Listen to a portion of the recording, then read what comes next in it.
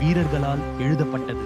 அந்த வீரர்களில் காலத்தை கடந்த ஒரு பேரரசன், கரிகால சோழன் இளம் வயதிலேயே அரியணைக்கு உரியவன் என்பதை அவன் கண்களே சொன்னது. வீரமும் தைரியமும் அவன் இரத்தத்தில் ஓடியது. எதிரிகளின் சதி, சிறைச்சாலையில் முடக்கப்பட்டது அவன் வாழ்க்கை. ஆனால் சிங்கத்தை கூண்டில் அடைக்க முடியுமா? தீயிலிருந்து எழுந்தான் கரிகாலன். சங்கிலிகளை உடைத்து விதியை வென்றான். வெண்ணி போர்க்களம், வாள்மோதும் சத்தம், யானைகள் கர்ஜனை. கரிகால சோழன் முன்னிலையில் எதிரிகள் நிலை குலைந்தனர். ஒரு வீரனின் வெற்றி அல்ல அது, ஒரு அரசனின் பிறப்பு. பகைவர்கள் வீழ்ந்தனர். சோழக்கொடி உயர்ந்தது. தமிழ் மண்ணில் ஒரே ஒரு அரசன், கரிகால சோழன். ஆனால் அவன் வாள் மட்டும் ஆடவில்லை, அவன் அறிவும் ஆட்சி செய்தது. காவேரி நீரை கட்டுப்படுத்தி கல்லணை கட்டி விவசாயத்துக்கு உயிர் தந்தான்.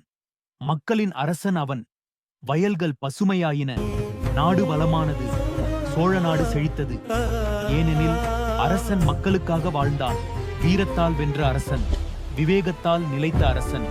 தமிழர் வரலாற்றில் என்றும் ஒளிரும் பெயர் கரிகால சோழன்.